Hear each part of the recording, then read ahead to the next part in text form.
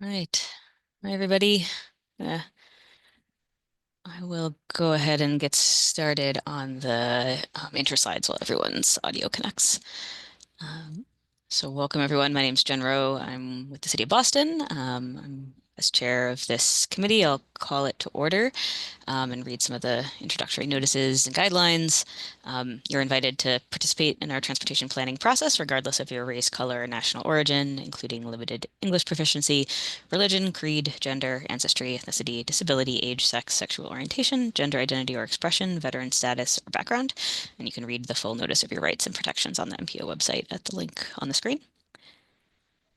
And this meeting is accessible to people with disabilities. Zoom products are compliant with some exceptions with the following standards: Web Content Accessibility Guidelines 2.1 Level AA standards and revised Section 508 standards. If you require any additional accommodations in order to participate fully in this meeting, or if you have any technical difficulties, please contact Ibu Karishi, MPO staff at iquraishi@ctps.org or 857-702-3695 or via the chat box. And all participants should be joining this meeting with muted microphones. We do ask that you rename yourself to include your first name, last name, and affiliation, and I will remember to do that as well. After the roll call, board members may mute and unmute themselves. Do remain muted unless you're actively speaking. And to participate, you can select the raise hand function. You can find that either in the participants button at the bottom of the screen, and a window will pop up with the raised hand button at the bottom, or there's a reactions button in the toolbar. As chair, I'll then call on participants to speak. And at this point, also ask if there's anyone who would like to use an AI note taker during this meeting, if you could raise your hand via Zoom so we can have a conversation about that. I'll pause. Okay. Seeing none, we will not have AI note takers unless one joins us sometime during the meeting, in which we'll cross that bridge when it comes. If you are on the phone, you can use *9 to raise your hand. And I think that's all I had there. So again, for anyone who just joined, my name is Jen Rowe. I chair this committee, and I also represent Mayor Michelle Wu in the City of Boston. I'll now call upon the other members of the committee, beginning with MassDOT Seat 1. Go ahead, Lyris. I'm sorry. Thought it was Dave Muller today. Anyway, Mazda Seat 1, Lyris Lotto presenting John Bouchard, Project Development. Thank you. Thank you for stepping in. MassDOT Seat 2. MassDOT Seat 2, this is Chris Clem representing MassDOT's Office of Transportation Planning. Awesome. Metropolitan Area Planning Council. Good morning, Eric Barassa, or good afternoon, rather. Eric Barassa with MAPC. Awesome. And Regional Transportation Advisory Council, or actually, I'm not sure, they might be on hiatus at the moment until we get the newly configured seat. So sorry about that. So we'll then move to Town of Brookline. Good afternoon, Town of Brookline. My name is Erin Chute, and I am representing Select Board Chair Bernard Green. To my fellow committee members, I'll be with you until 2 o'clock and then signing off for another meeting. Thanks, Erin. Town of Arlington. John Alessi with the Town of Arlington. Intercore Committee, City of Somerville. Good afternoon. This is Brad Rawson. I serve as Director of Mobility of the City of Somerville, representing the Intercore in this space. Thank you. Thanks, Brad. Metro West Regional Collaborative, City of Framingham. Dennis Giambetti, Metro West. Thanks, Dennis. Minuteman Advisor Group on Interlocal Coordination, Town of Acton. Maybe. I do not see Nate Ryan from the Town of Acton. Okay. Metro West Regional Transit Authority. This is Tyler Tarasi representing Administrator Jim Nee for the MWRTA. Great. Thank you, Tyler. All right. And then just for time's sake, we're sticking with introductions just of the committee members, but if anyone else would like to introduce themselves in the chat with their name and any affiliations you'd like to share, please feel free to do so. So with that, I see Dennis also has a hard stop at 2. Great. And Chris, we did catch you. You were unmuted properly. Great. So with that, I think we will move into public comments. Does any member of the public like to share comment at this time? We usually do also like welcome comments like later in the meeting. If you prefer to do that as well, we just prioritize first the committee members. And I see Justin has introduced themselves, so thank you. Great. Well, we will move on then to the first, or actually, I think the only action item, which is the approval of the June 15th meeting minutes. I'll turn it over. Oh, John. I was just going to approve the meeting minutes of the June 15th, 2025 meeting.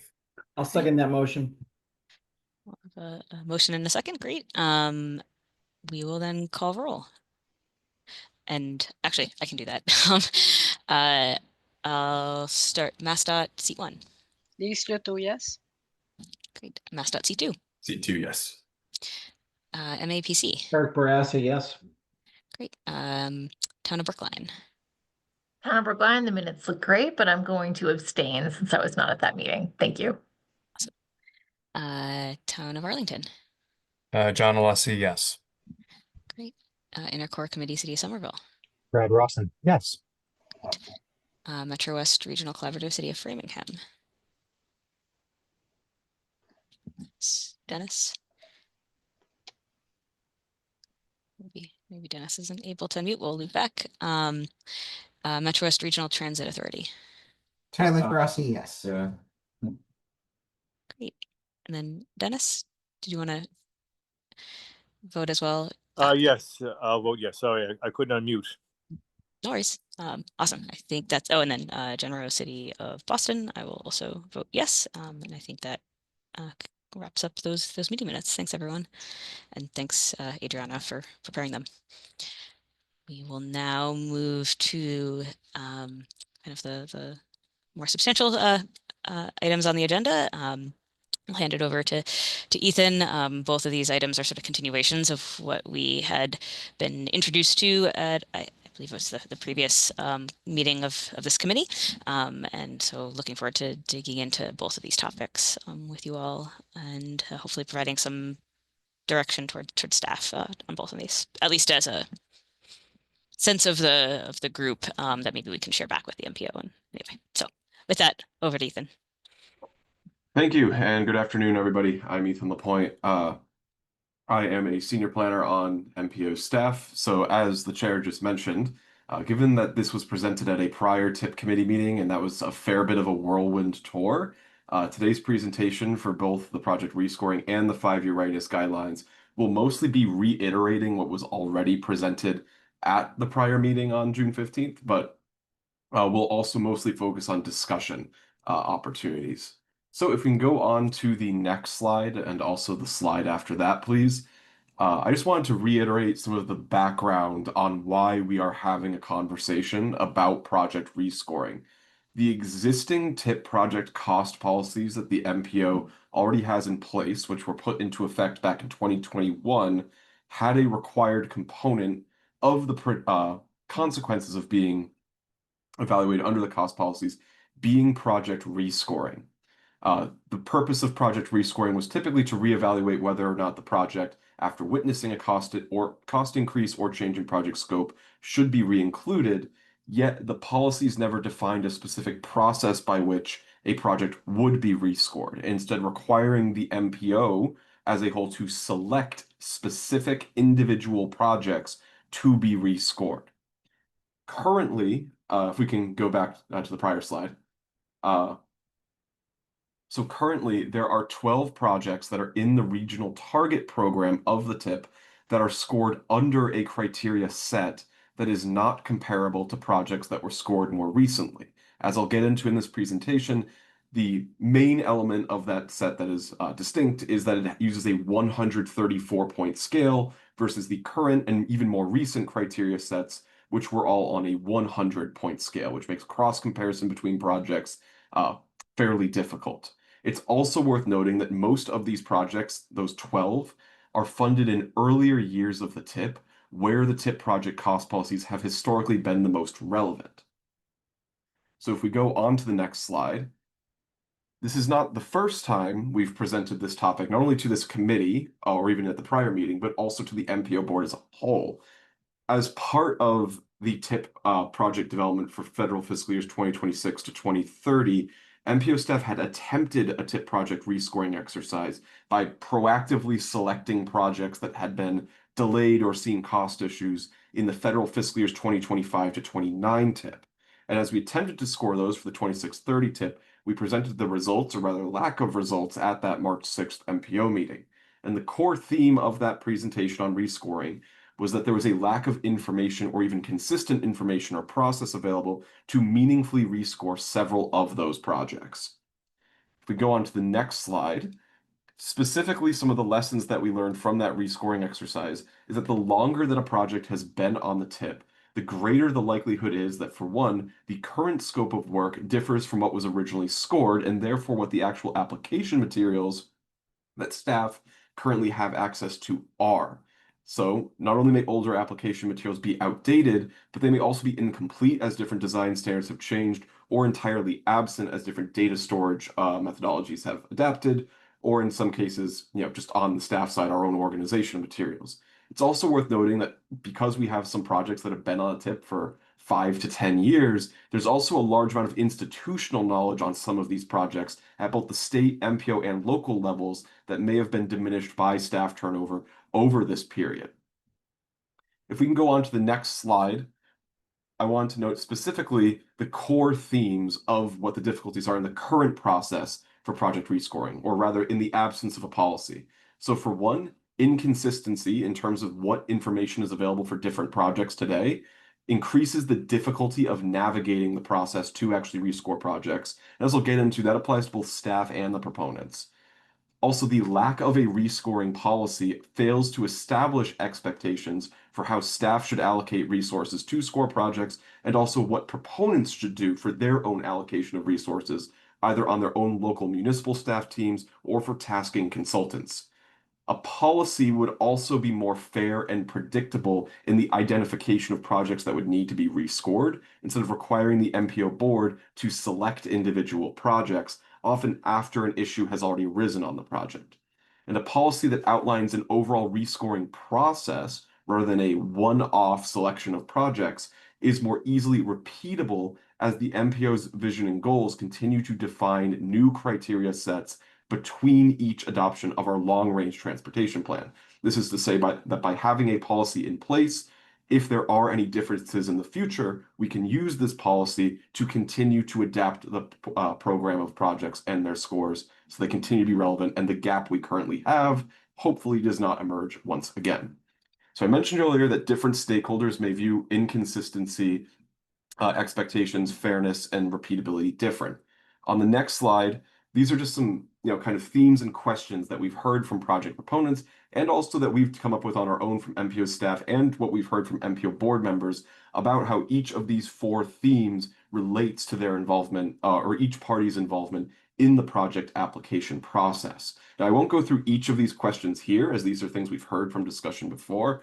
If we go on the next slide as well, it'll just briefly highlight some of the other options, things like, for one, choosing projects to rescore, reducing information gaps. What do we actually ask proponents to give MPO staff, and how do we solicit that information from proponents?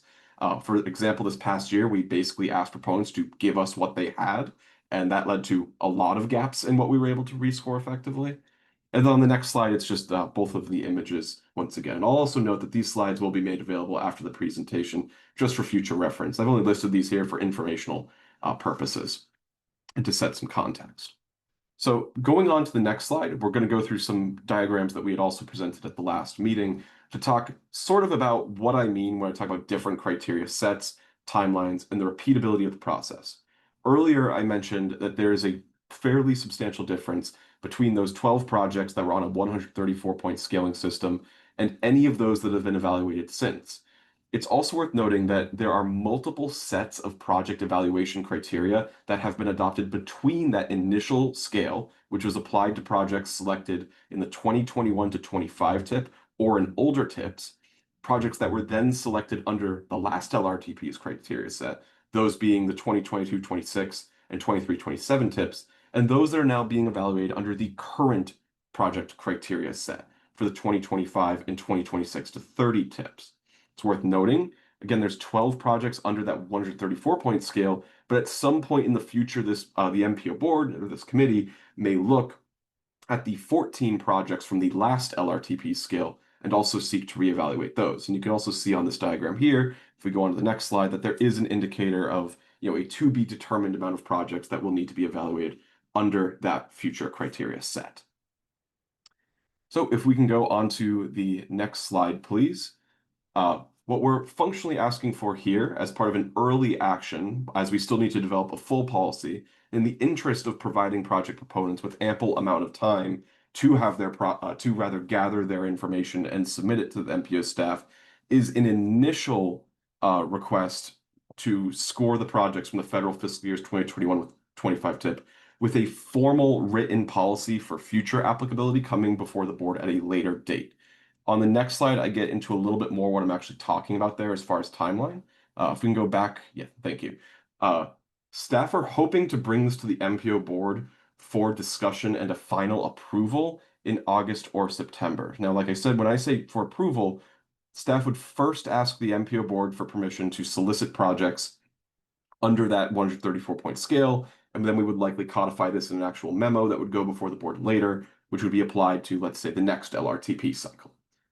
We are targeting those dates in September 1st because our intention is to provide a rescoring solicitation period of about 4 months for applicants to make sure that there's ample time to work through things, which will also overlap with the solicitation period for new applicants for the federal fiscal years 2027 to 31 tip, which we project to be open for about 2 months starting in November.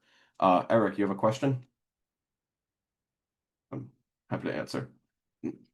Yeah, when you're done, I have a couple questions and comments, but I'm happy to let you finish. Yeah, absolutely.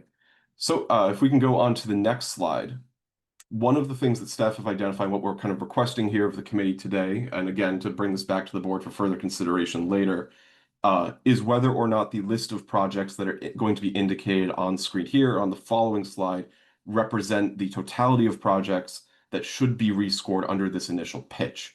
So if we can go back to the prior slide, please, thank you.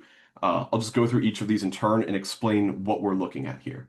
So this portfolio of projects that we have represents 12 projects, not all of which have been scored, but all of which are using either an unscored format right now or that outdated pre-2021 to 25 tip format. Now, the reason why staff have selected these projects is that staff have identified these projects as being potentially relevant either to the development of the federal fiscal years 2027 to 31 tip, or that these projects may be relevant for future tip before and after studies. So, for example, actually, with this first project, the shared use path connection at Route 28 Wellington Underpass in Medford was a fill-in project for the regional target program provided by MassDOT. And as such, MPO staff not only did not receive materials to score the project, but in order for MPO staff to ever conduct a before and after study on this project, we would have required a baseline understanding of what the project had actually set out to do in the first place before we see what it looks like after it was built. So when you see these unscored projects on here, that is why they have been included alongside the scored projects as well. Similarly, staff have also included projects that may have seen a scope change. For example, this next project, the improvements on Boylston Street in the city of Boston, did see a scope change over this prior tip development cycle. So while it has a federal fiscal year 2026 add date and on a 27 add date, that would mean it would be incorporated into the next tip, it's still being slated for consideration here, again, to support that kind of before and after study, as are the preliminary design of the intersection improvements at 126, 135 in Framingham, which is unscored, and the safety improvements at the I-95 Route 4 225 interchange in the town of Lexington. Similarly, we also have the rail trail construction in Linfield from Ford Ave to Nichols Lane. That was a statewide highway fill-in project for this most recent tip cycle, also unscored.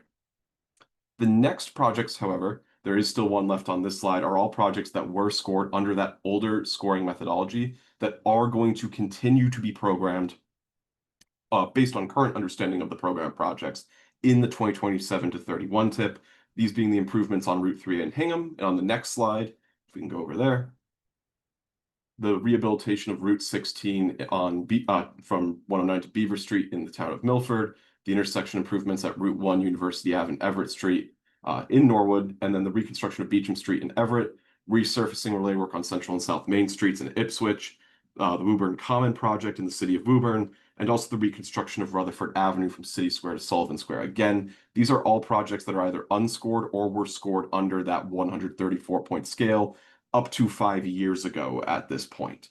And they will continue to be programmed in the next tip. So what we want to note on the next slide as we get into discussion are just some topics to consider. So we want to hear from committee members first before we propose to bring this list to the MPO board, that given the experience of the federal fiscal years 2026-30 tip, where there were several projects that are currently programmed in, let's say, or at that time, were in fiscal 25 and delayed into fiscal 26, does this subset represent each of the projects that committee members may wish to see included? Moreover, it's also worth noting that the draft approach that we have indicated here would rescore a potential additional, when I say approach, I'm referring to the repeatability of this process under future LRTPs, whether having a 4-year or so cadence to reevaluate projects is sufficient for making sure that when MPO members are considering all of the projects programmed on the tip, that projects are being compared ones against each other fairly. On the next slide, we also just have more questions just to consider that are fairly straightforward. And of course, this is not the final discussion that we will be having on this topic, but just some other ideas and notes here. So I'm happy to take any questions on this and facilitate discussion as needed. Maybe if we could actually go back to the prior slide just to leave some of the questions up. Thank you. Thanks, Ethan. Yeah, looks like we'll start with Eric and then. Yeah, Ethan, thank you. So I think it's important to just have like a little context. Like 15 years ago, the Boston MPO had a very rudimentary scoring system. It was like it was like 1 through 3. And then we developed a much more complicated, more rigorous scoring that had a set of criteria, and we've refined that over the years. And Ethan, that's sort of what you're showing here is why some of these projects have different scoring systems, because that scoring has evolved. And I think we have a very good, robust scoring that takes into a lot of things into consideration. Safety and system preservation and environment and land use and economic development. There's a lot of factors. The reason why we score projects, to me, is essentially to evaluate, to compare projects against each other. That's the whole reason we do this. But there are other ways that projects get on the tip, right? And in the recent years, they've gotten onto the tip because we've had funding freed up in the near term. And so we have the so-called infill projects from the MBTA, projects from MassDOT, other projects that have come in, like that Linfield Rail Trail project. And those haven't been scored because they didn't originally go through our process. So I would question whether it makes sense to score projects once we've already put them on the tip, because we've already made the decision to put them on the tip. And so does it even make sense to score those projects? To me, the rescoring and the discussion we had many years ago around rescoring was because and this was before COVID, projects were going up in cost by a lot. Like projects were coming onto the tip and then going up, doubling, tripling in cost. And the discussion at that point was, there's going to come a point where we don't have money and we have to actually kick people off the tip.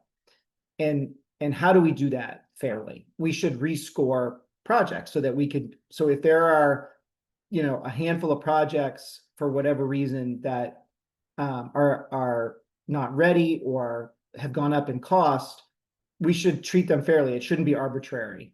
And we should rescore them, and we should base that decision on the score of the project.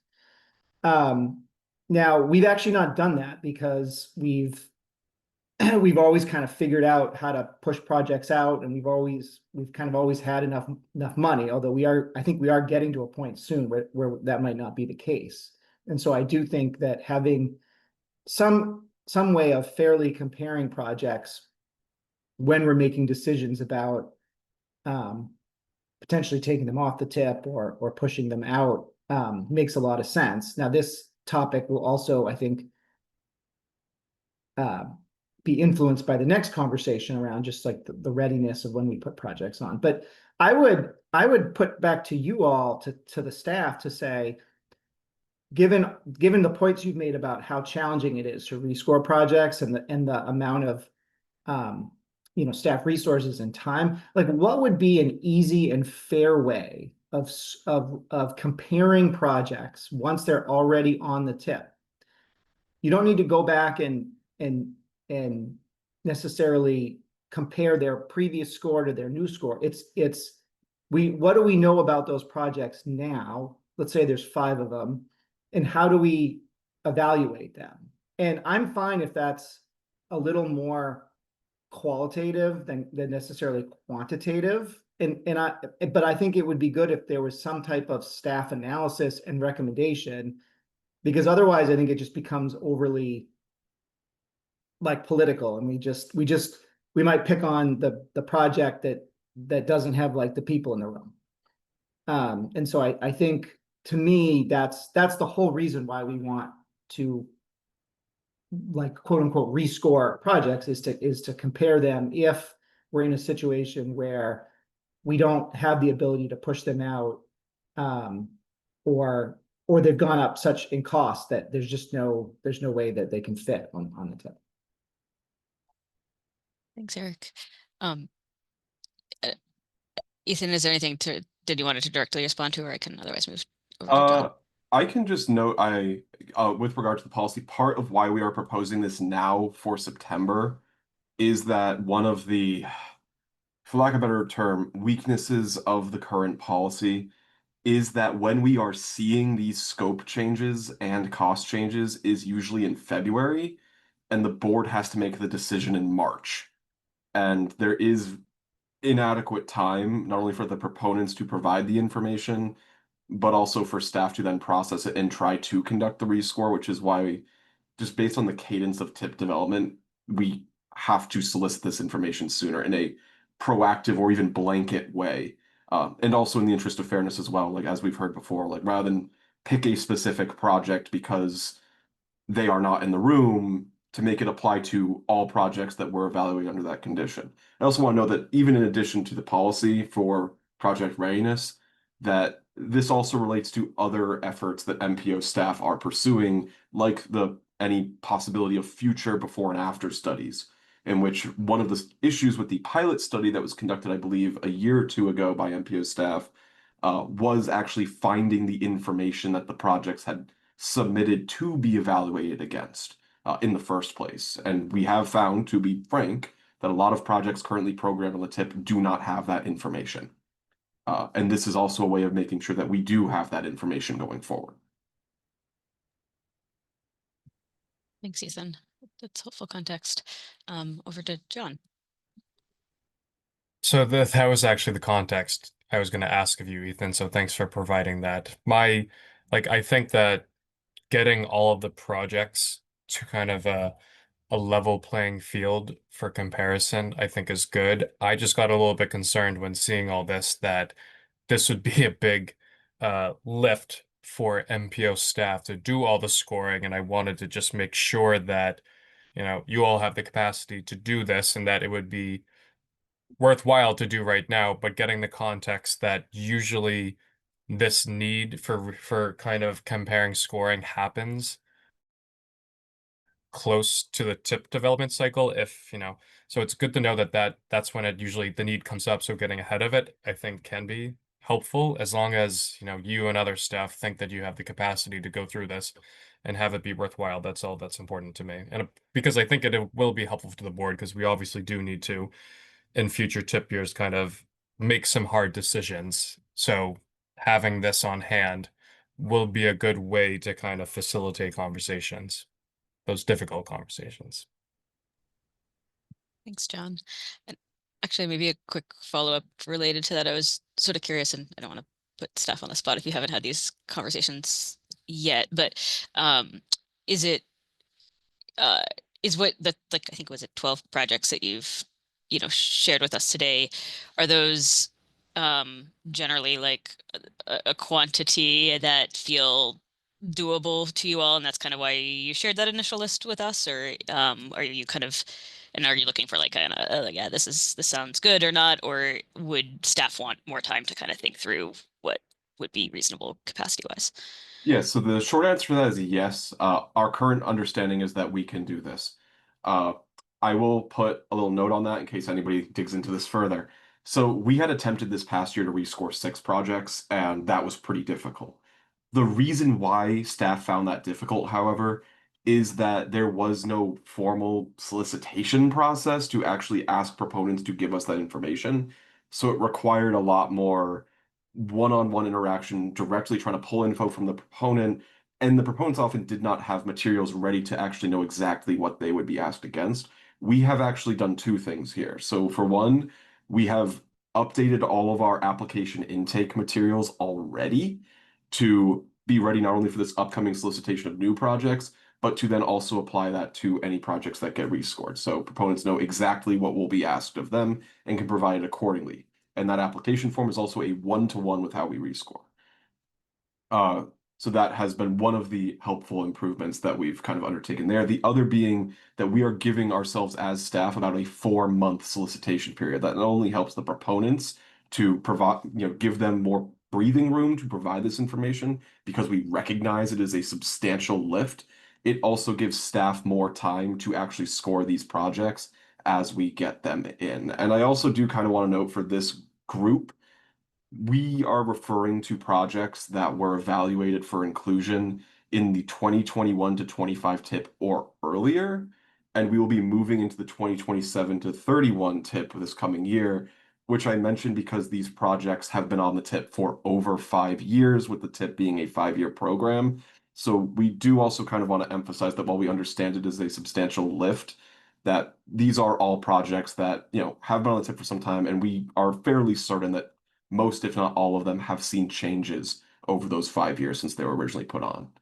So we do think, again, I said at the start that yes, it is worth the effort, and that is why we think it is worth the effort. Thanks, Ethan. That's helpful to understand. So I saw you see Eric, and then Aaron, and then John again. I mean, Ethan, if you all feel like, you guys have the ability to sort of rescore and score these projects, so they're all being scored under the same criteria, and you can, get that information out early, that's great. And that will be very helpful if we then come into a situation where during the tip process, we need to compare projects against each other to make some type of, decision, like potentially taking them off. I would also say, like, again, I do think it's worth, if like, to me, the most important thing is like having a way of evaluating projects against each other. And if we feel like, I don't know, if we feel like our criteria is too, we might, what I'm trying to say is we might need to have a conversation of, do we need to simplify the scoring? Is it too complicated? Is there too much information? Is there a way to still get at, our values, and what we want to see out of projects, but do it in a way doesn't require as much information from the proponent? I don't know, but I'm just like, I'd be interested if staff wants to have any thought about that, if there's a way to make our process a little more simpler or streamlined. Because it seems to me like the answer to like the ability for staff to score projects during the actual like tip development is really not like there's not time to do that because the scoring is kind of too complicated and so we have to do all this like months in advance. Yeah.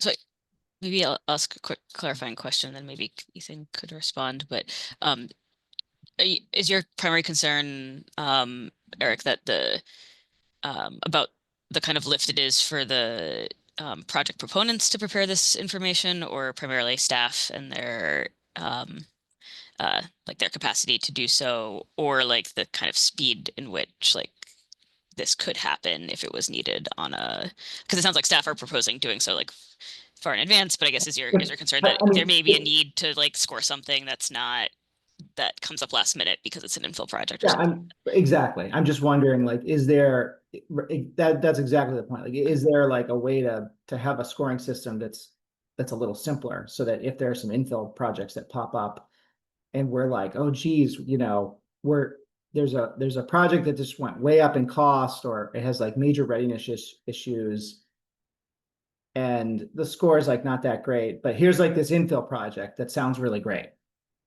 Like, but we can't actually like compare them like via this policy because like it just takes if it's too complicated to do that.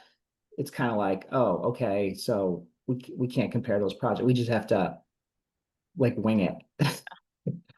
I don't know, that feels a little weird. Ethan, do you have something? Yeah, I can kind of speak to that a little bit because I do agree with that concern. So there's a few things to consider as options. Staff are working on trying to simplify the process without compromising the connection between the vision and goals set by the long range plan and the tip, as that's why the criteria exists, but we do want to be more manageable. There are a few options there. So for one of the improvements that we've made over this past year for the fill-in side is that thanks to early solicitation from our regional transit authorities and the MBTA, we were able to provide a list of transit projects for fill-ins this year, most of which were scored. Now, because there were, greater surpluses and deficit issues in different years than we had projected, we still funded some unscored transit projects, but not nearly as many as prior years, and the larger ones were scored. So that is one benefit, but there is still a blind spot for the statewide highway project fill-ins. There are two items there that I would note that MassDOT has either conducted already internally or provided to other MPOs. So for one, it's our understanding that some other MPOs in the Commonwealth are already utilizing an automated scoring tool that is very similar to the Map It intake tool that MassDOT uses to score projects. Because we have still a fairly complex scoring system, we have looked at that tool and we have not fully, I think, integrated it, but it's something we want to work on more of. Yeah, is it GIS? Is it a GIS Yes. tool?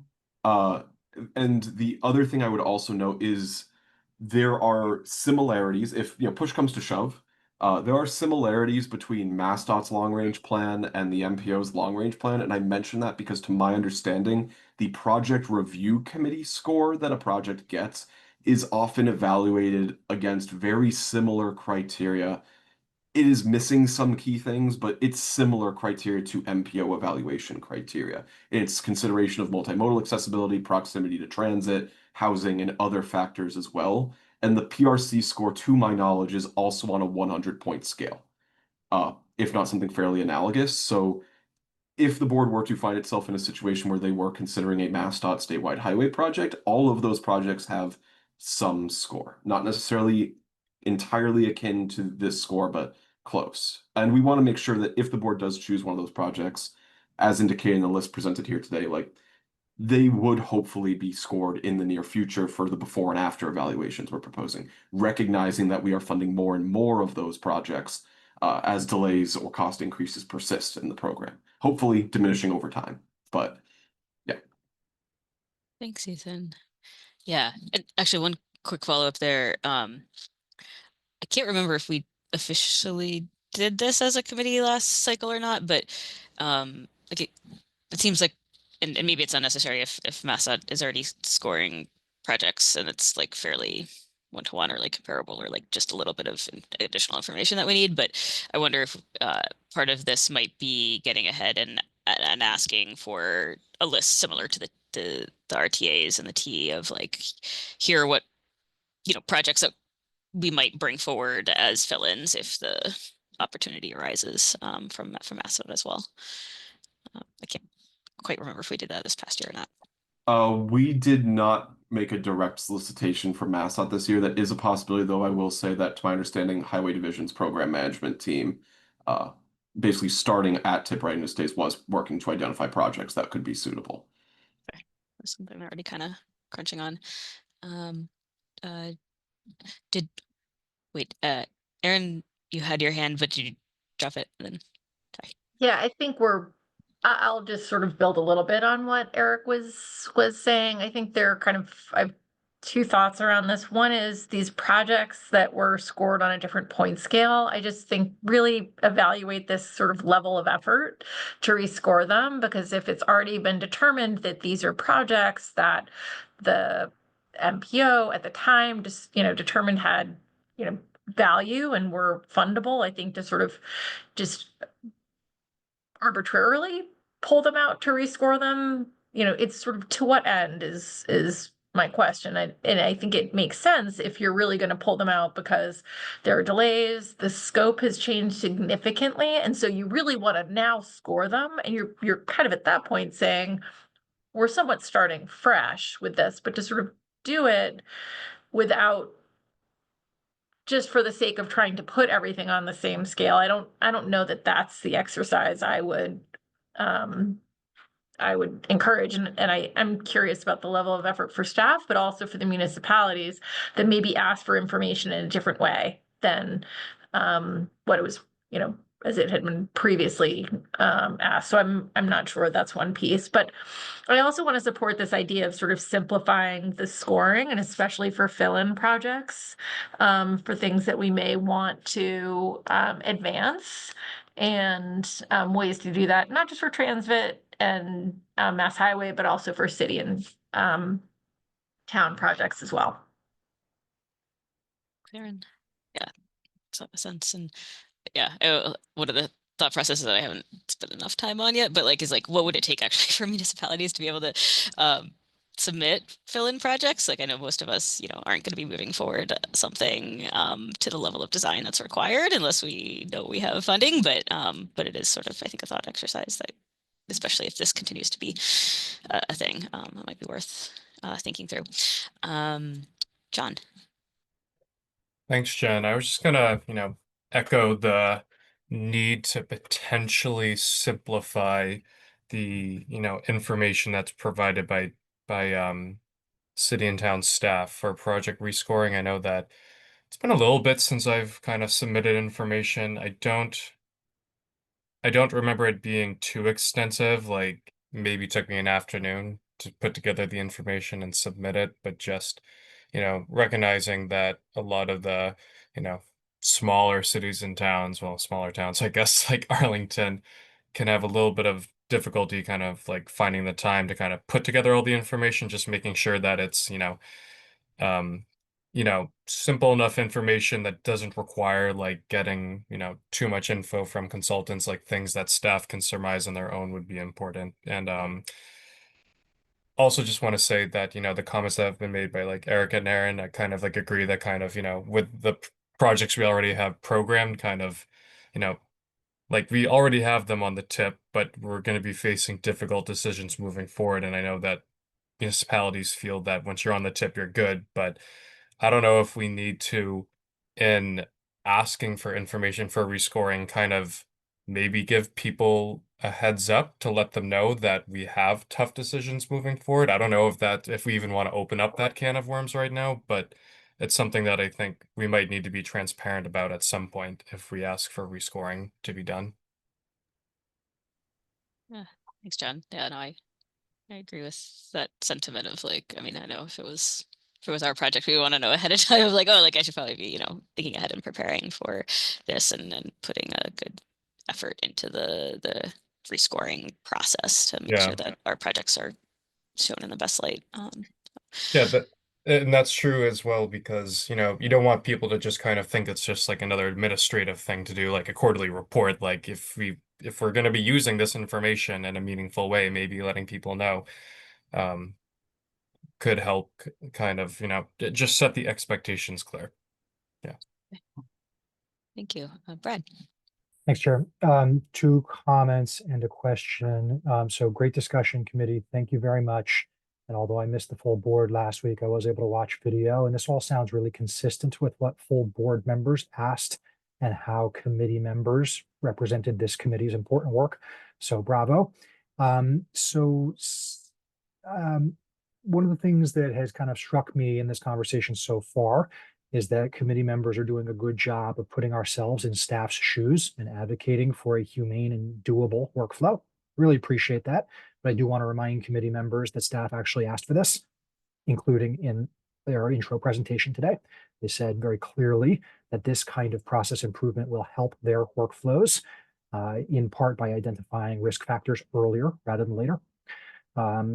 So a couple of other comments on why I think the juice is worth the squeeze here. Somebody mentioned that our criteria already include a whole bunch of really great interdisciplinary criteria, one of which is land use. Although the committee and the board have discussed how a lot of criteria have changed, including our hyperinflationary environment with project costs, another really dynamic element in the criteria these days is land use regulations. Many communities around the region have done courageous and progressive upzonings and regulatory reform efforts over the last couple of years. I think it's really important that this MPO is able to score projects for consistency with communities who are committing in a regulatory manner to helping solve, among other things, our regional housing crisis. I will also note that this MPO has launched and is currently accepting public comment on a really progressive regional safety plan that we call the Vision Zero Action Plan. That is new information, new quantitative data that we all can look at and say, are these projects in hotspots, and are the design details of these projects under our consideration likely to implement the recommendations of our Vision Zero Action Plan? So just a couple of plus ones to why I think this is worth it. Chair, one quick question, then I'll get out of the way. Staff described a September through December kind of period, about 4 months, to solicit and review rescoring requests. And I just wanted to ask staff directly, does that fit well with your understanding of Mass DOT's quarterly project readiness reviews? We all learned a lot about that process this past year. John and Lyris and many others helped educate us. And I really want to continue that transparency and mutual learning to make sure we're not duplicating effort or missing opportunities to coordinate. Thanks. Yeah, so I want to emphasize we are working with MassDOT, especially on the new solicitations right now for projects that would be pursuing any review committee approvals for, I believe, the September, so the 22nd or 24th date for that. Given most of these projects that we will be rescoring have already been through that already, we have not coordinated as closely with MassDOT on their quarterly reviews of those existing projects. But one of the other things we do want to factor into this exercise is that by giving proponents 4 months, we would theoretically have all applications in by the municipal readiness days exercise that staff are planning for February of 2026. So this not only gives us 4 months to solicit information, it provides up to 7 months in some situations to actually score these projects. And one of the important factors of that, which also applies to new proponents for newly scored projects, is that there is a strong chance that there are going to be questions that proponents and staff have when we review these submissions. So we want to make sure that there's plenty of time to exchange the information we get, not only between staff and the proponents and the board, but also with MassDOT, if there is some kind of design change that may be proposed that is different from what the board had initially viewed. Makes a lot of sense. And I also wonder, like, maybe a side benefit of requesting this information earlier now is like kind of similar to John's point earlier, like giving people a heads up that we're gonna be having some difficult conversations. It might not be as like straightforward that you just stay in the tip and we cover cost increases, et cetera. But also, like, I think we, and I know Brad has brought this up earlier, like that there wasn't, as much engagement as maybe we would have hoped at those municipal readiness exercises last year, and maybe doing this a little bit, earlier and can help us kind of get better participation there and know more about these projects earlier in the cycle this year. Any other thoughts? I have maybe one follow-up question for Ethan. You mentioned that you were maybe thinking about like a 4-year cadence, perhaps, to like reevaluating projects. So I'm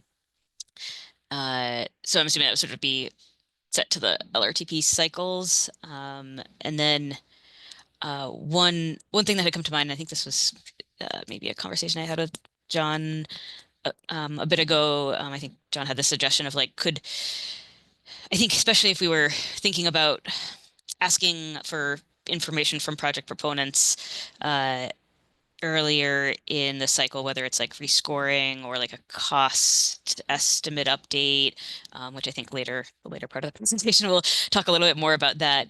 But I thought it was an interesting idea to also include some sort of as part of this survey or submission or whatever we're going to call it, any a description of any changes to the project that have happened, since the MPO board, scored the project last, or we saw it. Because I think having seen a number of these projects move along, like the project moves through the different design stages, there can be changes, whether it's because of the engineering constraints that come up or the politics of all this work. And so trying to get a sense of like once every 4 years seems like a long time, then there might have been like a lot of changes in the interim. But if maybe there were a more frequent, like simpler check-in of like, is there anything substantive here that we should know about? That's sort of one thing that came to mind. Yeah, that's a very good point, and I appreciate you raising that because I also want to emphasize that this proposal is not meant to replace any existing MPO policies. It's meant to reinforce the scoring that is set forth in the existing 2021 cost policy by removing what I've often referred to as a blind spot in that regard. And it also leaves the door open to future iterations and additions and clarifications on this. I not only think that'd be very helpful, I think it would be appreciated because one of the, not to get too into the details of MPO staff work here, but in addition to the tip, we also incorporate the performance-based planning program into our work, not only with the tip with Chapter 4 to evaluate the projects, but the before and after studies I've mentioned a few times would likely move through that program. And one of the difficulties we have found in conducting these analyses on tip projects is there is no expedient way right now to very neatly identify what has changed between projects over time, or in some cases, what other changes to projects may impact on the broader network. Another example of this actually that I haven't mentioned yet, but actually somewhat provoked the interest in staff pursuing this was the destination access through conveyal study that was approved through the Unified Planning Work Program a few years, because in conducting that study, staff had also identified that there was not much information talking about changes to capacity or changes in modal share that were being enacted by proposed project designs. Project applications, in some cases, would maybe say there is a 5-foot bike lane, but it may not actually say where that 5-foot painted bike lane is. And thus mapping that was, required a lot of additional work or guessing in some cases. Just some additional info there. Gotcha. Thanks, Ethan. Dennis. Well, thank you, Madam Chair. First of all, I don't think I've changed my mind in a 35-minute span more often than I have in the last 35 minutes. I keep waving back and forth. What is the best approach? Right now, subject to change. I'm leaning to my initial position is that what do we have to lose by reevaluating, right? I mean, and rescoring. I think what I've heard from folks is that there's a lack of information on some projects that need to be updated. Going through this process serves that purpose, as well as getting a better metric that we can compare projects apples to apples. Knowing that it's still the decision of the MPO whether they want to change a project. And we have a long track record of not dropping projects that are on a tip, and dropping them for we keep them there. So I think that speaks to itself. So I think I'm leaning out more to rescoring, getting more information. And I think it will help us over the course of the next couple of months, next couple of years, that we now have fresh information, so that readiness and the reviews of each of those projects will be a lot easier as we go out in the future. So that's my kind of thinking at this point. That may be the best course of action. Thank you. Thanks, Dennis. That's a helpful summary and actually a good maybe transition. I realize we're at about 2, and we do have one other agenda item, but I guess I'm kind of curious maybe if we as a committee are in a place where we feel like we can express our kind of recommendation, perhaps that staff kind of move forward with what they've outlined here in terms of rescoring this group of like 12 projects chosen not because of their particularities, but because of like the set of factors that they reviewed. Because I think, and maybe Ethan, you can jump in here if I'm getting this wrong, but it sounds like you'd want to know either fairly soon to be able to put together the ask for September, and keep accounting that the MPO as a board as a whole would probably, we'd want to make a recommendation that then the full board would take action on, since I believe in the 2021 thing. It's the MPO board as a whole that kind of decides when projects are reevaluated or rescored or whatever. I'm probably misspeaking there, but Ethan, could you correct me? Yeah, well, that's correct. I can also add a little bit more detail that, as I mentioned earlier, I wasn't really clear enough with this. So what staff will bring to the board in September is a request for approval to basically score those 12 projects. The actual policy will be brought back to the board at a later date, but likely within the calendar year. So the board will also have 2 opportunities to kind of think through this in portions. The near-term need for this tip cycle for these 12 projects, and then that broader policy about like, do we do this every 4 years? So there's a more time-sensitive component to this, but the overall policy, which will also be embodied in a memo that staff will draft outlining all of this, will also come back before the board at a later date as well. And that's Okay. September roughly, with some other time in the fall for the full memo. Gotcha. Okay, so I guess then the most time sensitive thing is like these 12 projects coming before the board for this, not as a policy, the capital P, but like just like here's the 12 that we think, we want permission from the MPO board to evaluate to rescore. Is, I guess maybe I'll ask this in inverse, like are there any board members who would have any concerns about in the chair's report representing that the committee thinks it's worthwhile for us to allow staff to conduct this exercise? Is that clear? Okay, got a thumbs up. Cool. Okay, I'll represent that and try to bring in some of the context and flavor of the conversation that we've had as well. Any other thoughts, comments on this before we move on to our next item? And staff also, if there's anything else you wanted to get out of this conversation, let me know. We're good. John. Just looking at this first question right here just makes me think that, like we don't know how the scores are how projects are going to be rescored, but just thinking ahead about how if a proponent suddenly has a big reduction in a score, kind of making sure that we're communicating why is going to be important. And, I would trust staff to kind of, or we can talk about it as well, how to figure out that messaging. And I think it ties into the whole kind of like expectations we give proponents when they provide information for rescoring from the start. That's it. A lot of sense. Yeah, definitely something for us to think through. thoughtfully. Maybe repetitive. Okay. With that, let's move on to the next item. And is this Ethan, you again? Yes. Okay. I will note as well as we go on to this next item that a lot of the work that was put into this was by Adriana, though she is out of office today, so just wanted to give due credit on that before we get into this. So if we can go on to the next slide, please, and the one after that. So based on the discussion from the prior item, I expect there to be quite a bit of discussion on this item, as these are about actually the readiness guidelines for existing currently programmed projects as well.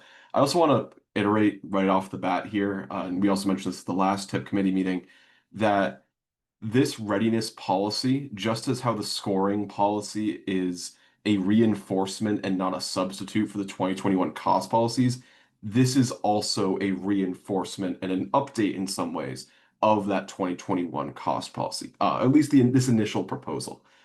Unlike the scoring policy as well, this has a longer timeline from implementation. So the primary objective for today's meeting of this committee is just to reiterate the details of the initially proposed guidelines and obtain some feedback and discuss just the fact that this is an initial version. We want to use this discussion to think through and identify any other gaps or blind spots in the guidelines, and also to think through a timeline for any further discussion of this policy, either in the committee here or just having an eye towards approval at an MPO board meeting before calendar year 2026. And I will mention right off the bat that the reason why we are looking at calendar year 2026 is that if a policy were to be approved before then, we can set expectations as staff with project proponents about what to expect, and also set expectations for the new applicants this year coming in so that they know right off the bat what it means when they hit submit on that application if their project is approved. So I just want to note, as far as timeline right off the bat, what we're really trying to get out of this is, a temperature check on this initial version for further tweaking. And, our rationale here is we just want to make sure that folks have as much time as possible to adapt to this once it is ready. So if we can go on to the next slide, please. So just diving right in on these readiness guidelines, this is the same information, unchanged, from the last meeting of this committee. So this is a potential framework that staff believe would more objectively assess project risk. Again, earlier in the scoring presentation, I referred to various blind spots, and as part of the 2021 TIP project cost policies, there was this 25% design requirement for new project applications for the TIP. However, that was only for new applications, and there was no trigger put in place for any of the other times that a project may see changes in cost besides rescoring. This policy is not wed to the other scoring policy, but they are complements to one another. And the purpose of this policy is to create a fair standard between not only new funding uses on the TIP, but also existing funding uses, so that there's a more consistent standard that all projects on the TIP are evaluated against. The objective of these guidelines is to, and I've used this word throughout TIP development this past year, is to flag projects across 3 major areas. On the next slide, just as a kind of a refresher here, because we went through this quickly at the last meeting, we have what we're referring to on the staff side as a minimum requirement. These are minimum design requirements, which is consistent in spirit with the 25% design requirement that is already in place. Minimum requirements are meant to set expectations to proponents in advance for which milestones their projects should be attaining as they continue design across all 5 TIP years. Any project that fails to meet the thresholds that are identified in this, at least, or would be identified, would be flagged as high risk in response. So consistent with the 25% cost policy recommendations, this proposed guideline still retains a 25% design preparation submission for the 5th year of the TIP. The dates that are on screen here for 2027 through 31 are just sample dates should this policy take effect for next year's TIP development. We've also included a little bit of flexibility in here with detail or schedule sufficient for a 25% design submission to recognize the spirit of making sure that any project that applies to the TIP is using a new cost estimate. And by new, I'm referring to basically one that is effective for projects this year, fall 2025, nothing that is a year or so older, and also that there is a preferred alternative for those projects akin to a functional design report. This is because due to previous conversations we've had at the MPO board and this committee over these past 4 years, the 25% design universe of definitions has either grown or also the timeline for delivering a project to 25% design has changed substantially as more components of what used to be 75% design are front loaded on projects. So just noting up front that that is also why you will see that for year 3 and 4, there are other iterations and stages of that 25% design process for projects received with comments, meaning that MassDOT has reviewed and submitted comments for potential alterations to the 25% design, and also a design public hearing in year 3. We heard this year during the TIP development process reference to a 25% approved status on projects. The design public hearing stage for a 25% is a later stage than 25% approval, but based on the data that staff actually have access to from proponents, design public hearing is functionally akin to approval. While we don't have enough time to go into this during this presentation, I didn't include these in the slides. I'll also note that as we presented at the last meeting of this committee, these recommendations for the different design stages are rooted in the recently advertised projects that have actually gone through the TIP process and data that Adriana had gathered to sort of reinforce these timeline recommendations. We've also indicated that any project programmed in year 1 should be at 100% design. Any year 2 projects, because there is a little bit of a distinction here, would either need to be at a 75% design approved, which is fairly consistent with a lot of the projects in the TIP today, or in some cases, projects that are moving on a more aggressive timeline may be pursuing a combined 75 and 100% design submission, which is why there's some flexibility in there. Now, again, this is not the only set of requirements, and this is a risk flag. There are obviously other things that can happen when a project is flagged as high risk, some of those potentially being rescoring, but this is just to make it less of a subjective manner to identify projects as high risk than the current system. On the next slide, we'll get into what we're referring to as next stage goals. So when the project is applying, for example, they should be at a given stage, being that minimum requirement, but they must also indicate through provision of their project schedules what the next major milestone the project will receive is. And one of the elements we wanted to propose within this initial version of the 5-year guidelines is 25% received within 6 months. What this means is that by the time, if a project is applying to the TIP in October of 2025, that there is a 25% design submitted to their MassDOT project manager by April of 2026 this year, so that when the MPO board is voting on a scenario, that project has a 25% design submitted. Or when the TIP takes effect, so for the 2027 to 31 TIP, that TIP will take effect October 1st, 2026. There is a 25% design on the books for that project with a revised cost estimate already baked into the program of projects. We also have for years 4, 3, 2, and 1 other stretch goals, just indicating and trying to set expectations for where proponents should be moving towards on their schedules. Now, because these are more longer term horizons, these would be a moderate risk flag if these goals are not being made, but by not reaching these goals, it also prompts MPO staff to engage with the project proponent to identify any barriers to meeting these goals. And the third item, before I'm happy to break just for some interim discussion, is just the nature of the cost estimate on the next slide. As part of these policies, this policy would basically propose that any cost estimate for a project currently on the TIP would not be older than 1.5 years old. Worth noting that right now, many of the projects on the TIP have cost estimates that are in the 3 to 4 year out of date range, or recency range, I would say, for these projects. So the other factor here is just sort of, if we can go on to the next slide, please, just reducing the amount of cost and volatility risk we're seeing, so we do not see as many 70-30% cost increases year over year as we're currently witnessing on the TIP. I'm happy to break real quick if we go on the next slide just for some interim discussion, as there's a couple of questions that we've flagged here. There's more content, but this is a lot of info, so more open-ended for discussion. Great. Thank you, Ethan. I saw Eric and then John. So I think this is great. I think we should get this information out. my question though is, are you proposing that like if a project's not meeting this, we would like take it off or delay it? Like what are the ramifications if a project isn't meeting this readiness schedule? So when I refer to risk flags, if we can go back to the prior slide, please. When we have devised program, and when I say we, I refer to MPO staff. When MPO staff develop programming scenarios, we have that whole color coding matrix. MPO staff have usually, based on the best information that staff have available, identified the risk level of projects on a case-by-case basis. There is no written methodology or approach to identifying projects as high risk.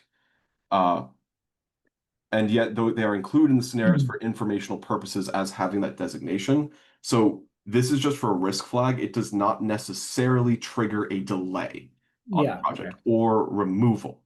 With that said, however, it may indicate that two members, when the decisions are being made about the scenarios, that they are not meeting those objectives. During this year's, oh, go ahead. Sorry.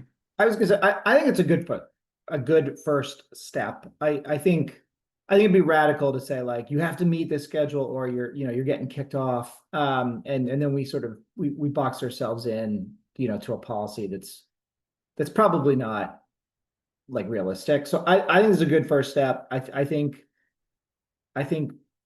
really promoting this, talking about the risk flag things. I thought you were gonna say on the chart we put them in red.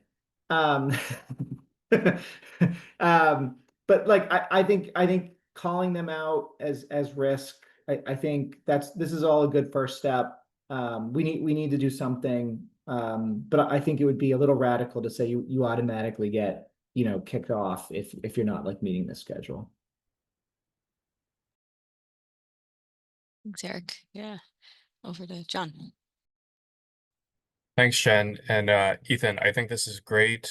I think I think it's really important that we as a board start, like I said with the previous item, having clear expectations for project proponents, because it seems like, and I can be corrected if I'm wrong, that usually once you get on the tip, it's like, great, people just relax and aren't really kind of, moving forward at the speed at which we need them to. And if we have these expectations from the get-go, like, to be funded on the tip, these are the milestones we need you to meet, so that, Ethan, every single year, you're not trying to balance, all the funding across the fiscal years and dealing with delays. So I think it's going to make your life and other staff's lives much easier.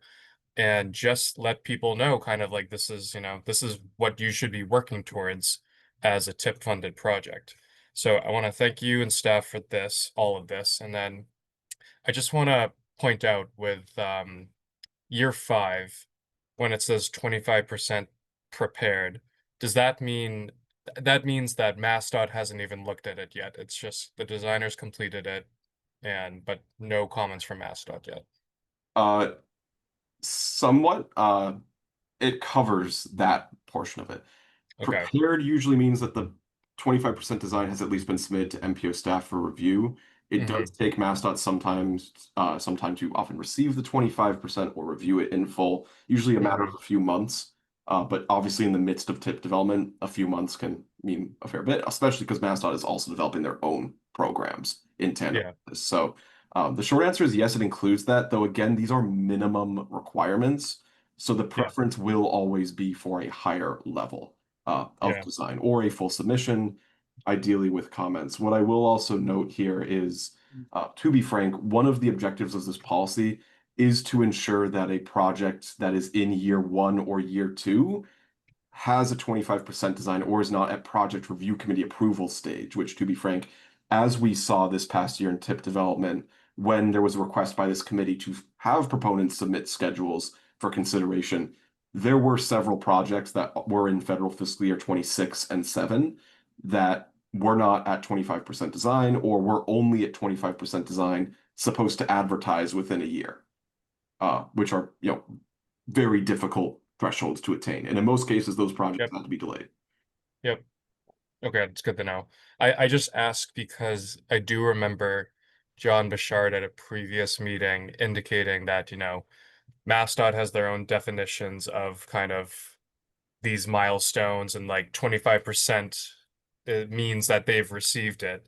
So I just want to make sure that, we're both aligning in terms of definitions with MassDOT with this proposed with these guidelines, and making sure that, like although we would prefer someone to have be like a 25% received, I just fear that maybe people are just going to do the bare minimum and have a 25% prepared, and we're still going to be kind of at a point where we don't have a as complete project to consider for the TEP. So that's something I kind of want to think about more, and maybe we can consider as a group kind of what the minimum threshold is, because the 25% prepared, I think, it's good to have that completed, but maybe we want to consider something a little bit farther along to have, a relevant cost estimate to consider. Yeah. So definitely some good Je- things to think on. Eric, and then Tegan, did you have something that you wanted to like add in directly to what the conversation was? Yes, but I can go after Eric if Okay. you'd like to go first.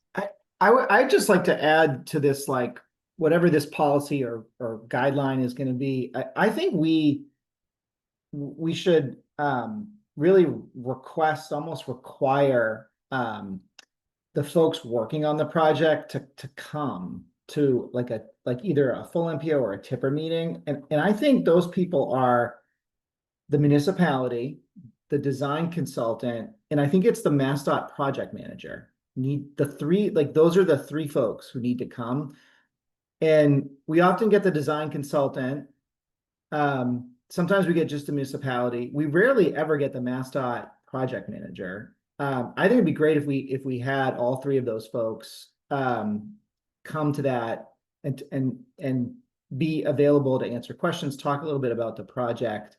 And I know sometimes the MassDOT project manager is at Tim Park Plaza. Sometimes they're out in the district. But with the virtual meeting now, it's a lot of the, I mean, all the tipper meeting is virtual, so it's really easy to participate. I would love to see that, and I wonder, from the MassDOT folks, like, is there any reason why that would be like difficult? Just a really thought-provoking question. But I see Laris, did you want to respond to that directly? Yes, I can, report back to John Bouchard about it. There's so many different factors that made some projects not, meeting a certain milestone and so forth. So, but the policy that's being described by Ethan is great. I can see where we can align, let's say the PRC approved with detailed schedule, the 25% prepared, maybe it's a better link with our program managers. We have program managers that participate. Recently we have a new team that participate in,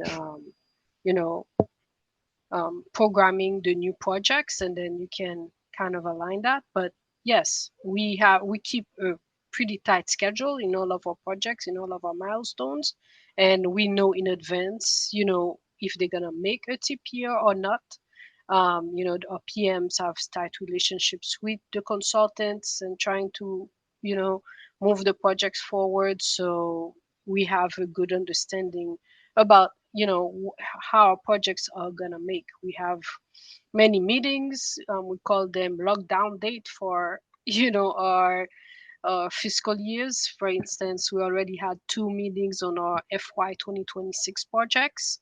In another 10 days, we'll have a third meeting to know exactly, which all of the projects that are going to make fiscal years FY 26. We already have an outlook on whether or not certain projects are going to jump to 27 already. So it's something that we really look at very closely, how our projects are making, our projects during our current fiscal year. So just wanted to give that, aspect. Thanks, Laris. That's really helpful to understand that this is something y'all already like. Yeah. Sounds like not even developing something, but like have some procedures Yes. in place. Yes, we have procedures in place that are really looking at each of our projects, at least the next 2 fiscal years, the overall TIP process, the 5 years, but also looking very closely at our FY 26 and 27 projects right now. So we have a pretty, tight handle on it. And that kind of rings a bell a little bit. I remember John Bouchard talking a little bit about, because I think we saw this year a lot of the 25, 26 projects get recommended for delay, but not as many in the outer years. And so I think, one of the things that I'm excited about this about is being able to kind of understand a little bit further out too, because it's, of course we understand you have a lot of projects that you're managing, Yes. and so you don't necessarily have the capacity to be paying as much attention to the later ones. But we may Right. want to be kind of We have so many project managers and so many projects. I mean, and just one anyway. quick follow-up question for Eric. Were you envisioning inviting I guess it was like the municipality, the consultant, and MassDOT project manager? Were you envisioning that as for new projects, or was this more like ones that seemed to be identified for like as a high risk or moderate risk or High something? risk. When High there's risk, okay. when there's a high risk and we're like, oh, it's we have to move it out. It doesn't make sense to keep it in year 2 or something like that. I think John I think it has an overview handle of all the projects. I don't think there's too many projects. No one person can have a deep understanding of all the projects. There's just no way. And there's a lot of questions that come up, and John, he says, I'll get back, I'll get that information. We'll get back to you. Often, it doesn't kind of circle back. I think it'd be great if we had the project manager there. They would likely be able to answer that question, right away. And I think honestly, I think it's good if the project manager feels a little sense of like, oh, like the full MPO here is like this project has been flagged. Like, I think it's good for that person too to feel a little sense of urgency. Little hot seat. Like we're gonna be professional and nice to these people. We're not gonna Of yell at course, them. yeah.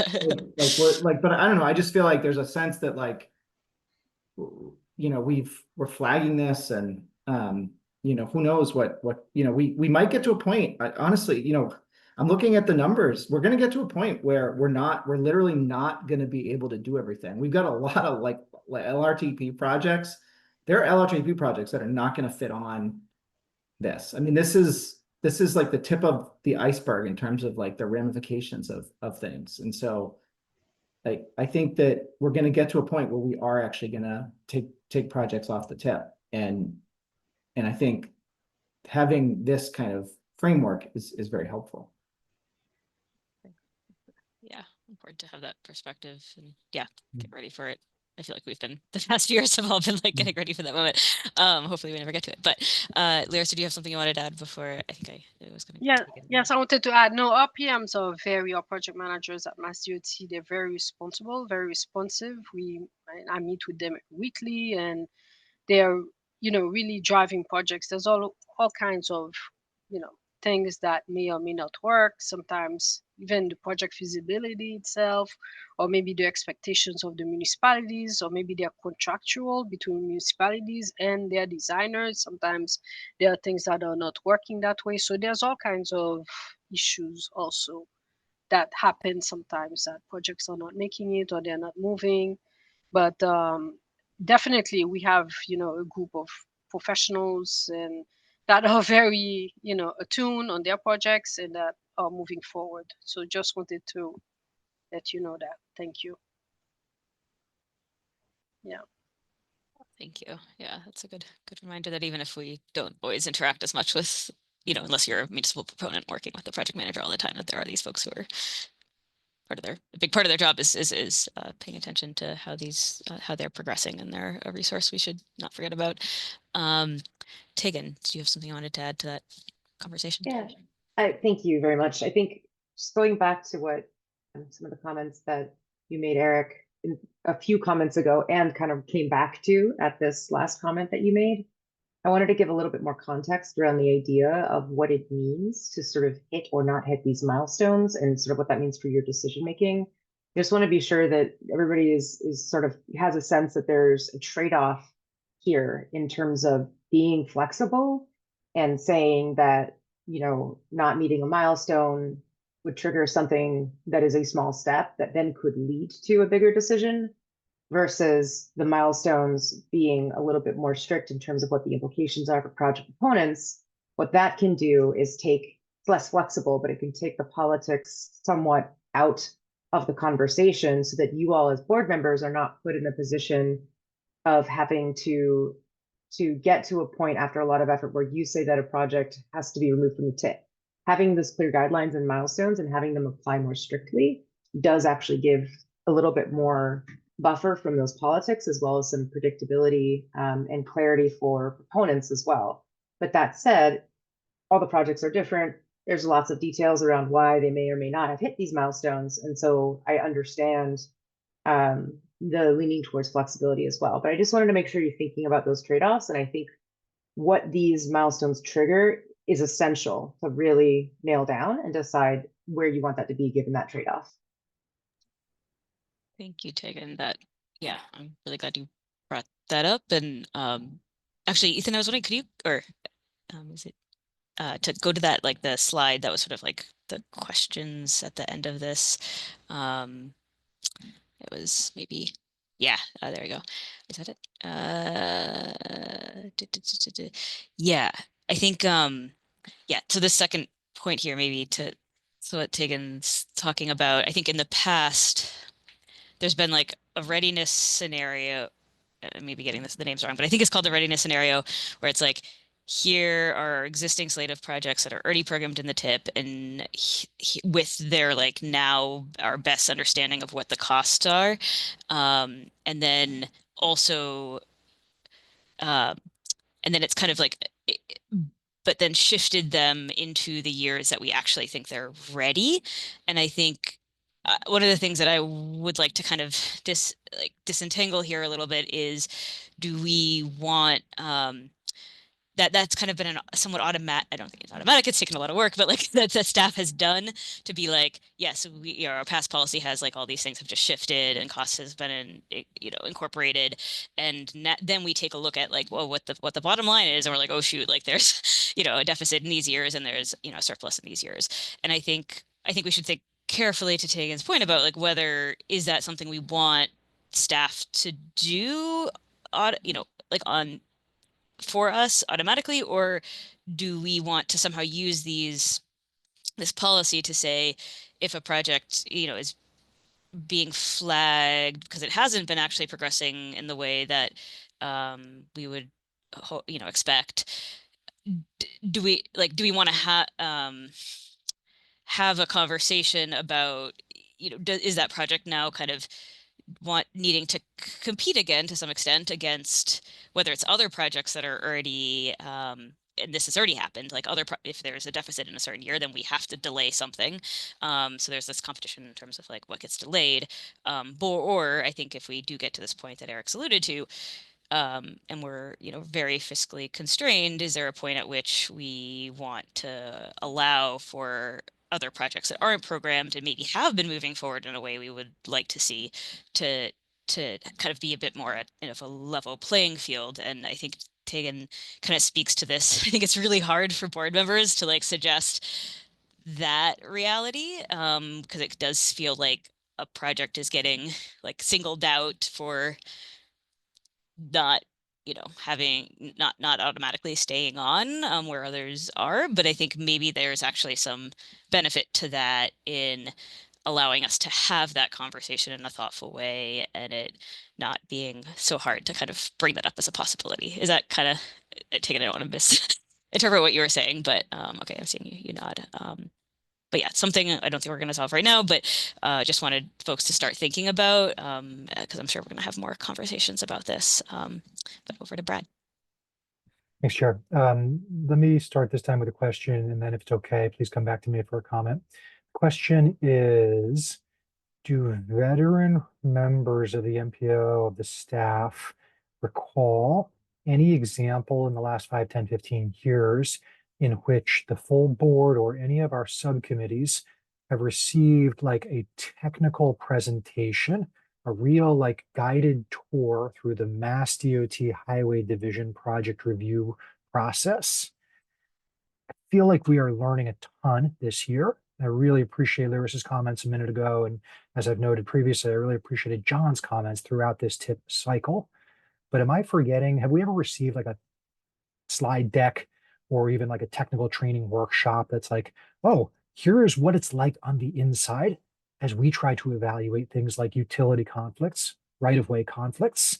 I saw Tom Bent with his hand up earlier. I don't know if he did jump on another call or if he could chime in, but I would definitely love to know if that has been part of our history at the MPO.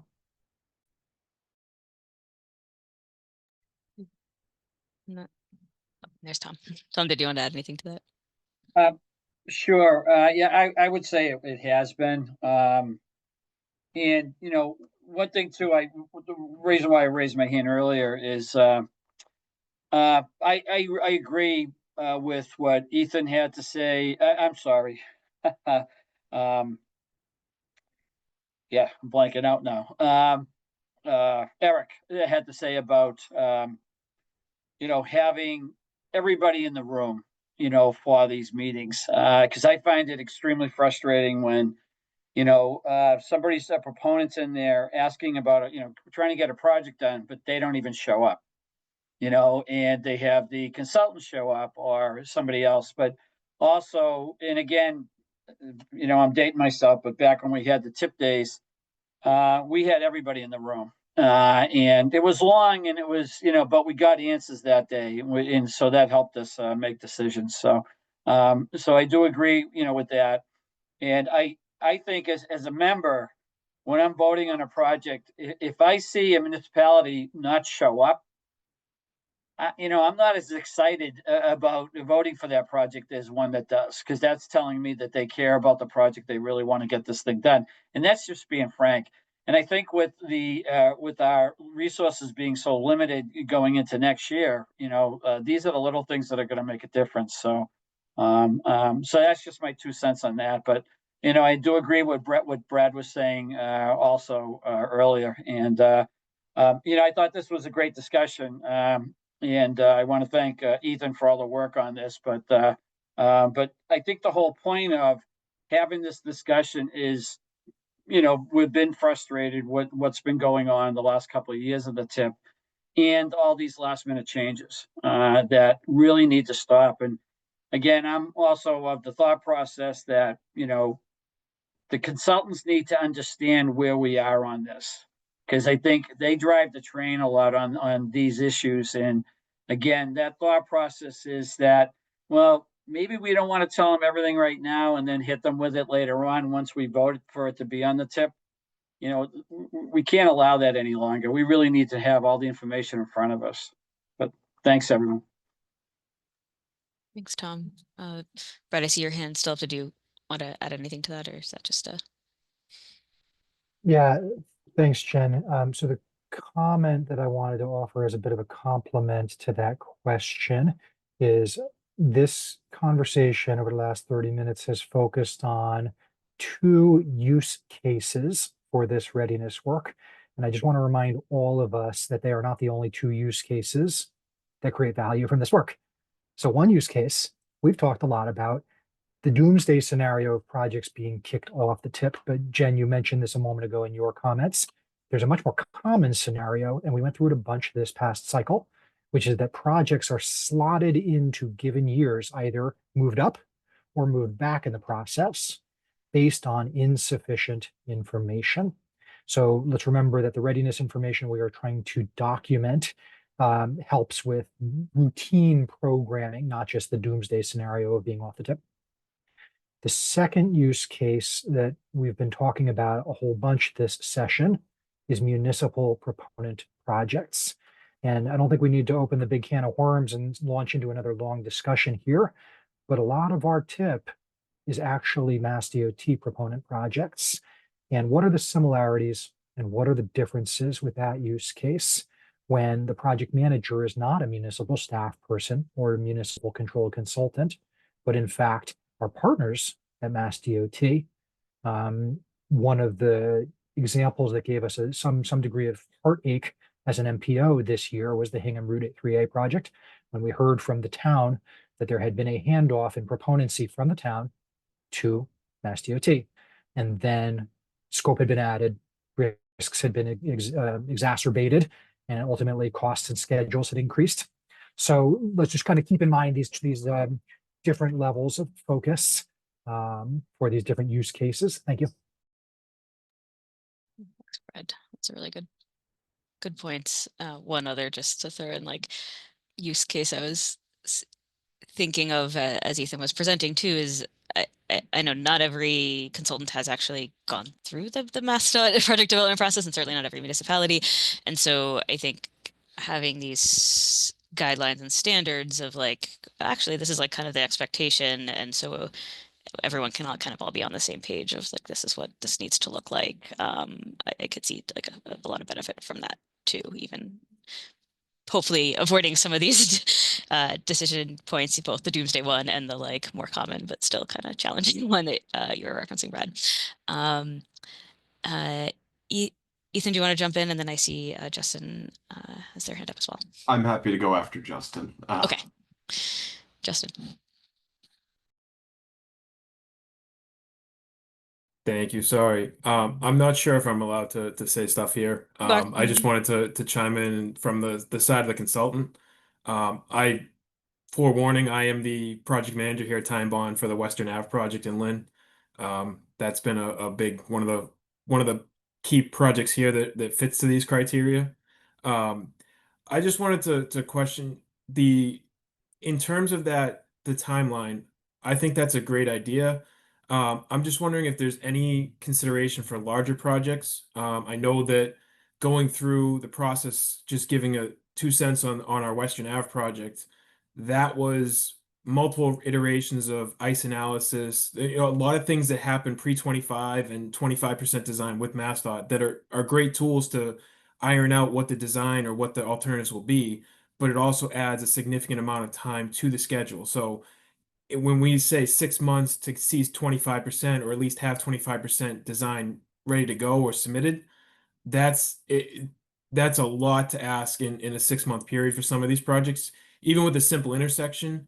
I guess one question I have is, um, when we mentioned that from the start of the application to when the project gets submitted, are we anticipating or assuming that when the project goes to the PRC application that we have a at least a preliminary design on top of survey completed?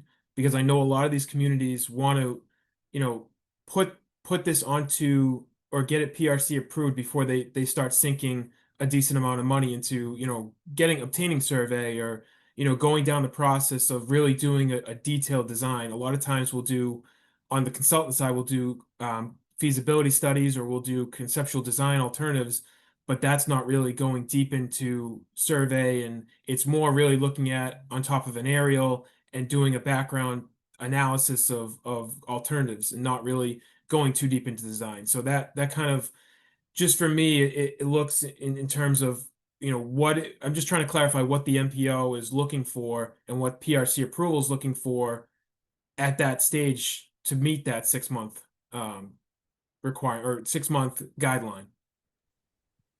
Thank you. Thank you, and definitely, I'm glad you, raise your hand. Certainly. So I think that just we try to prioritize the members of the committee, but certainly, and this is like kind of a little less formal, certainly, than the MPO, and so love hearing from others, especially folks who are bringing a different perspective than many of us who are on the committee itself. It does look like, Ethan, did you have something to respond to, Justin? Yeah, I have something else, and there's a few more slides as well, just briefly, that I don't need to get into now. But to Justin's question and point there, if we can actually go back a slide, just so for the visual on it, one of the key distinctions is that for year 5 projects, what is functionally not being shown when we only show 5 years is that a lot of the projects that are pursuing funding on the tip may have been initiated 2 or 3 years ago already. If we had a 10-year program, we might see projects that are larger scale projects where maybe year 10 is initiation, but by virtue of how long the project development process has gotten for 7 to 10 years, that year 5 area is generally trying to capture projects that are already PRC approved, may already have their scoping meetings with MassDOT. And that 6 months is meant to say that based on the schedule, when the application button is hit, regardless of, where you're at, that the 25 should be in from 6 months from when you actually hit the application button to the MPO. Not necessarily 26 months from PRC approval, because that I don't think exists for any projects on the tip right now. I think from what we saw, which was presented at an earlier tip committee meeting where we had some more time to get in the details, project development timelines now for simple intersections are about 4 years, going up to about 9 to 10 years for a larger, more complex project. So again, like we have tried to bake in some flexibility with this initial proposal that staff developed, but that's part of why we want to discuss this further, because you are absolutely correct that this is easier to attain for some projects and much more difficult to attain for others. And also the factor that, this is a region of 97 municipalities and they're all very different in their ability to potentially navigate this. I did want to note, if we can go on to the next slide and the one after that, because some of these slides actually relate to discussion that's already taken place, that the objective of this policy is meant to apply a uniform standard for every project that the MPO would be considering for regional target funding right now, be they programmed or trying to get on the tip in their status in the universe or through a solicitation. Now, on paper with these risk flags, the initial idea behind these guidelines is that any currently funded projects that are not meeting standards and find themselves in a year where there is a deficit of funding or even a surplus of funding would be assessed alongside potential new projects for that funding. And this is rooted in the existing TIP project cost policy from 2021 about project delays and cost increases.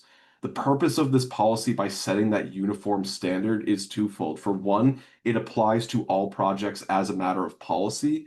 The other factor being that because it is a flat policy, the MPO board would not have to select a specific project to apply this standard to or to apply this level of rigor to. So this is meant to be a more objective approach, and that is one of the elements that the TIP project cost change policies fell short in that it required projects to be singled out, to be held to that standard. What I want to note on the next slide is that the guiding principle of what staff have developed here today is to recommend that in each of the 5 years of the program, that projects that are funded are ready for that programming year, that year is not either a stretch goal or a placeholder. For reference, and this is going to come up in a future MPO meeting, as this slide will indicate, but as of today, July 24th, only one of the 8 projects that the MPO had voted to program in federal fiscal year 2025 of the federal fiscal years 2024 to 28 TIP, so 2 TIP cycles ago, actually remains funded in federal fiscal year 2025. So over the past 2 years, 7 of those projects have fallen out of that ad year. As these projects have been delayed back or have seen cost increases, as they've shifted by being baked into the scenarios, they have put other projects that may be ready for their respective advertising years in fiscal 26, 27, or 28 in jeopardy of continuing to receive their funding, while also precluding unfunded projects that are ready for those years from receiving funding as well. So this goes back to that point of like funding projects that are ready in the given year to not jeopardize projects that are ready. When these delays have also historically happened in the near-term TIP years, there are no municipal project there are very rarely, I should say, projects to replace them that are coming from the municipal proponents, which means this is even more of a salient issue for the projects that are in these near years of the TIP, many of which have been on the TIP for quite some time already that predate the 2021 project cost policies and are not currently being covered by that policy.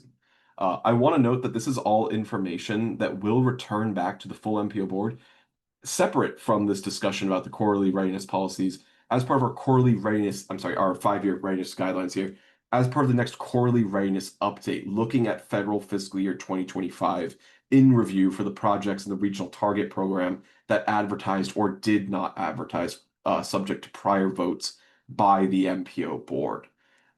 So on the next slide, a lot of these questions that I had actually noted here have kind of already been, if we can go on to the next slide, sorry about that. But a lot of these comments have already been, sorry, if we can go back.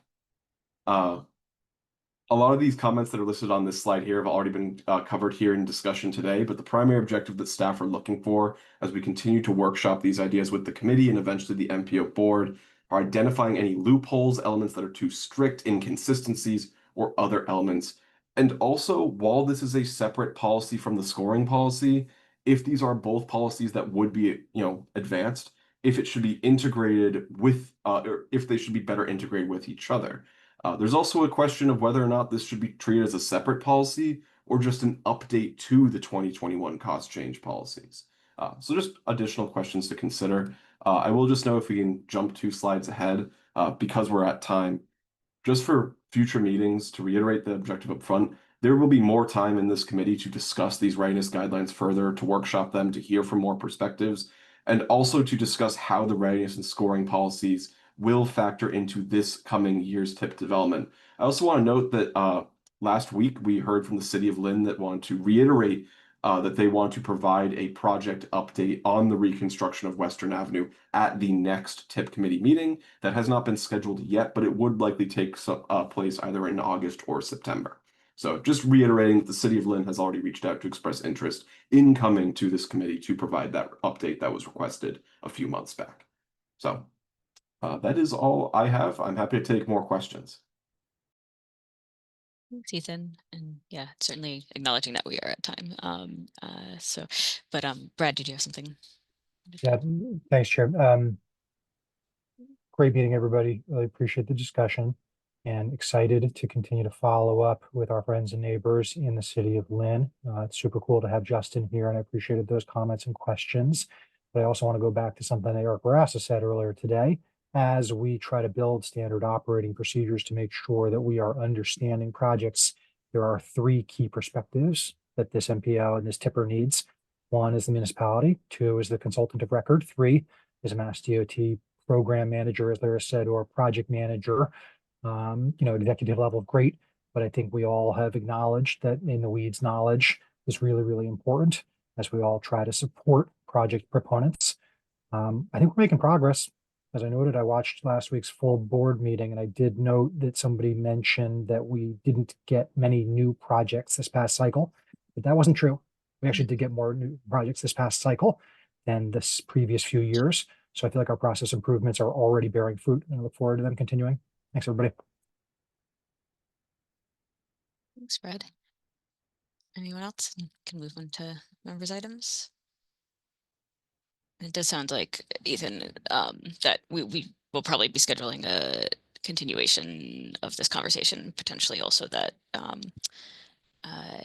having Lynn come sometime in August. Is that done? I know we haven't set aside a time. Well, we staff have not yet identified a date for the next committee meeting. I will also take this opportunity to note that we appreciate the committee having met every single month for the past few months this summer, whereas we usually do not ask that of the committee. So we're still evaluating if it would be August or September Okay. to give a month off potentially. So we'll see.